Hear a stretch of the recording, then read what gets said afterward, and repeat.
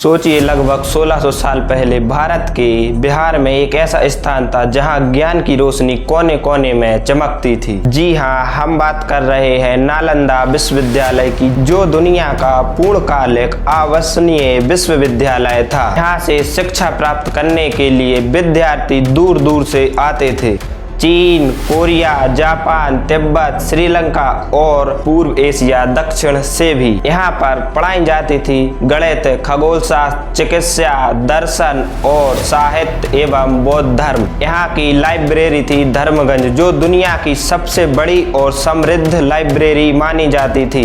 लेकिन एक दिन यह ज्ञान का मंदिर राख हो गया। कभी जो दुनिया का सबसे बड़ा विश्वविद्यालय केंद्र था, वो अब खंडरों में तब्दील हो गया। आइए जानते हैं नालंदा विश्वविद्यालय की पूरी कहानी, उत्थान से लेकर पतन तक। यह कहानी केवल एक विश्वविद्यालय की नहीं, बल्कि एक मानवता की भी है। नालंदा की स्थापना लगभग 427 ईस्वी पूर्व में कुमारगुप्त प्रथम ने की। यह विश्वविद्यालय गुप्त साम्राज्य के दौरान स्थापित हुआ और इसे भारत का स्वर्ण युग भी माना जाता है। और बाद में इस विश्वविद्यालय को हर्षवर्धन ने और भी समृद्ध बनाया। यहाँ के शिक्षक और विद्यार्थी बौद्ध धर्म के अनुयायी थे, लेकिन यहाँ सभी धर्मों और विचारों का सम्मान किया जाता था।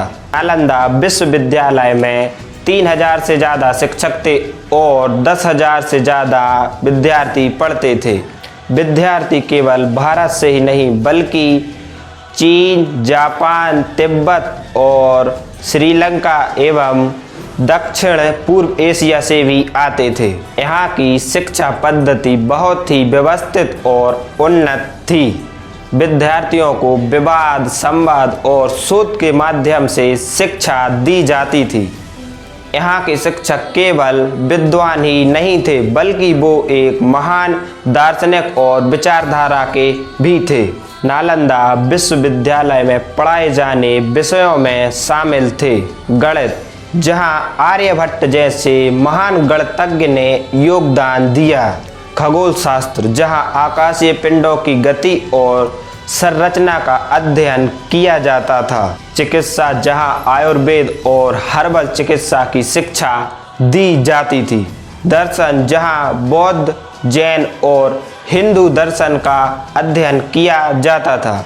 साहित्य, जहां संस्कृत और प्राकृत साहित्य का गहन अध्ययन किया जाता था। यहाँ की लाइब्रेरी धर्मगंज में लाखों ग्रंथ और पांडुलिपियां रखी जाती थीं।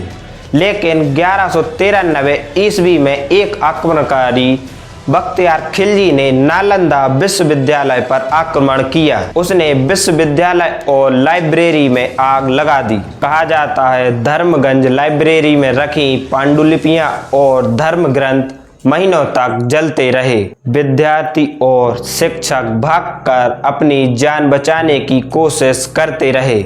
यह घटना केवल एक विश्वविद्यालय के विनाश की नहीं, बल्कि मानवता के ज्ञान के एक युग के समाप्त होने की थी। इतिहास ने सिखाया, ज्ञान का कभी विनाश नहीं होता।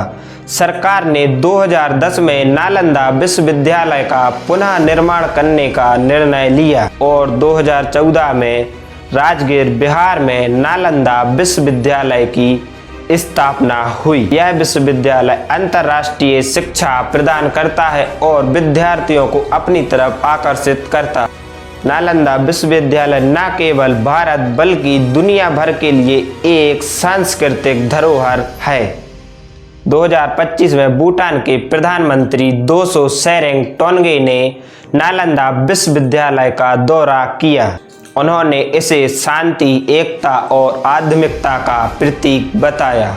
उन्होंने कहा, नालंदा केवल अतीत का विश्वविद्यालय नहीं है, यह एक अमर ज्योति है जो दुनिया को मार्गदर्शन देती है। नालंदा विश्वविद्यालय की कहानी केवल शिक्षा स्थान की नहीं, बल्कि ये मानववाद की है। यह हमें याद दिलाती है, ज्ञान की ज्योति कभी बुझती नहीं है, वो समय के साथ और भी प्रज्वलित हो जाती है। ये रही नालंदा विश्वविद्यालय की कहानी। आशा करता हूँ इससे कुछ आपको सीखने को मिला होगा। धन्यवाद। मिलते हैं अगले वीडियो में।